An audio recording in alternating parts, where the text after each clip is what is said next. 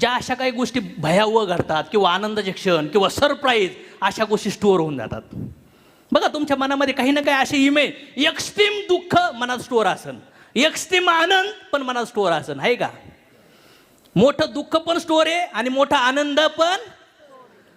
असं अचानक काही गोष्टी घडल्या तुमच्या आयुष्यात स्टोअर आहेत. मार्केटमधल्या सगळ्या लोकांना हे अंतर्मन आहे का नाही आहे? ज्या वेळेस तुम्ही त्याला कनेक्ट करतात ना तेव्हा तो बॉन्ड बनून जातो. पण आजचे लोक फक्त वरवर कनेक्ट होतात, अंतर्मन त्यांचं कनेक्टच होत नाही आहे. ह्या बिझनेसमध्ये मी अचिव्हमेंट करण्याचं एकच कारण आहे की मी लोकांच्या अंतर्मनात घुसण्याचा प्रयत्न केला, ते दरवाजे तोडण्याचा प्रयत्न केला. तिथं हात घाला आणि तिथं हात घालण्यासाठी तुम्हाला फार पावित्र्यवान, तुम्हाला कॅरेक्टरबाज माणूस बनावं लागेल. येतं एक लक्षात?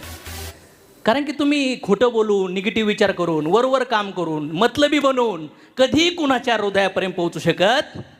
तुम्हाला लोकांच्या हृदयापर्यंत पोहोचण्यासाठी